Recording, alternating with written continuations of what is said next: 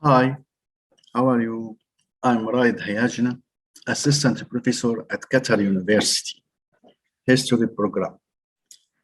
It's my pleasure to provide you with a short presentation titled by Sheikh Jassim of Qatar and his relationships with the Ottoman Empire in the period of 1871 to 1913. 1871 is the year when the Ottoman forces entered Qatar in the name of protection Qatar from external dangers, while 1913 was the year in which Sheikh Jassim died and his son Sheikh Abdullah assumed the power. The main topics of this presentation are: who is Sheikh Jassim of Qatar? The entry of Ottomans into Qatar 1871, stages of this relationship between Sheikh Jassim and Ottomans' interventions in Qatar, internal issues, and the results of that. These are the main topics. Who is Sheikh Jassim? Sheikh Jassim was and still known as the founder and leader of Qatar. He was a military leader and a mufti judge, as well as he was a poet. He fought many wars with neighbors and others to defend Qatar. According to most historians, Sheikh Jassim bin Mohammed bin Thani was born around 1827 and grew up in Thwairat city. It's a city in the northeast of Qatar. And there he learned Quran and its sciences, as well as Sharia. Sheikh Jassim was strong in character and one of the most famous men of his time in the Arab Gulf region. In 1876, it was the beginning.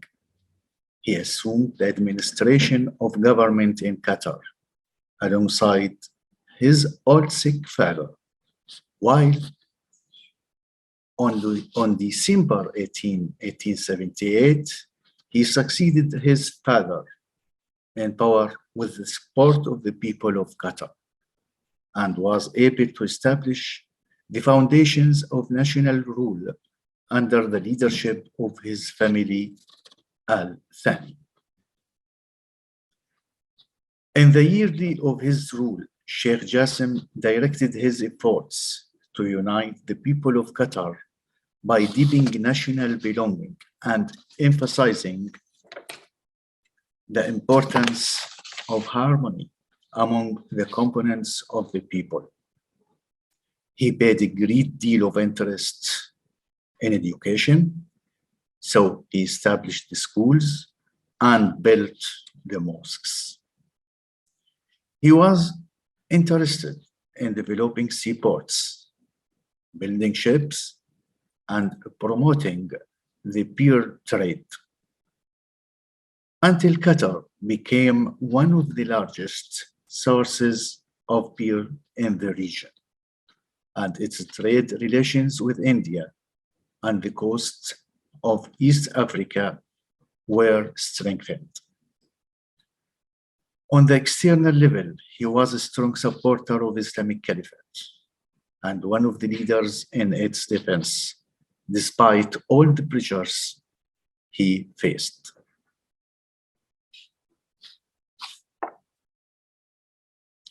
The entry of Ottoman Empire into Qatar 1871.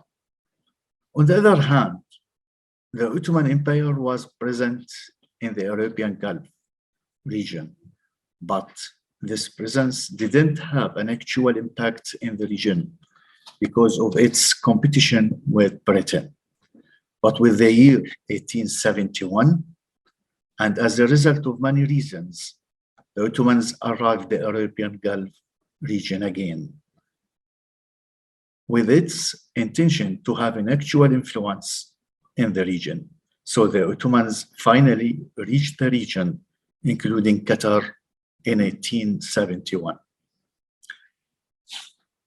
Since the arrival of the Ottoman forces in Qatar, we can distinguish two types of relations between them and Sheikh Jassim. The first was friendship relationship stage that lasted between 1871 to 1881. Sorry, 1871 to 1887. The second relationship of hostility between 1887 until 1913, means until the death of Sheikh Jassim. At the first stage, Sheikh Jassim had strong friendship relations with the Ottomans and remained the influential person in managing the country's affairs. One of the features of this was the close cooperation was that Sultan Abdul Hamid the second has presented in 1884 a book of honoring Sheikh Jassim for his loyalty to the Ottomans state, for his good management of Qatar and his standing in front of British ambitions. Sheikh Jassim believed that accepting the Ottoman protection would not affect his influence in Qatar. But after a few years of accepting the Ottoman protection, the Ottomans began to take administrative measures that would reduce Jassim's influence and authority. And this moved the Ottomans' relationship with Sheikh Jassim into a new stage of hostility, which among its features were reducing independence of the sheikhs of Qatar. How's that? By the Ottomans began insisting that the sheikhs of Qatar should consult them in all decisions, which affected the extent of the independence of the sheikhs of Qatar. Two, the decision of the Ottomans to establish a customs collection department in Qatar in 1887. And this meant reducing the financial resources of the Emirates. What the Sheikh Jassim attempted was these measures promoted Sheikh Jassim to reject them all, declaring that this would be followed by great rejection from the merchants. And he announced his relinquishing the title of Qa'im Maqam that the Ottomans granted him during the period of a friendship between them. In addition of all of this, the Ottomans took many other measures.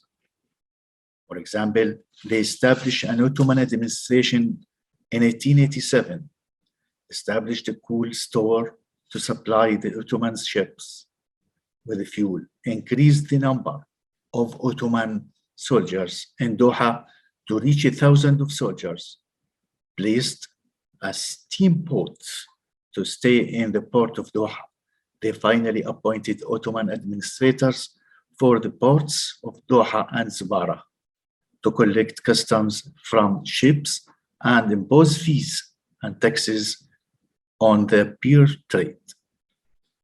As a result, or as a natural result of these Ottoman measures in Qatar, Sheikh Jassim rejected them all completely, and the relations between him and the Ottomans take another stage, and the Ottomans began to take the side of complete hostility, which eventually led to the Battle of Wajba in 1893.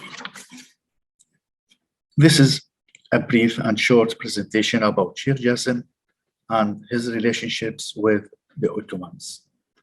Thank you.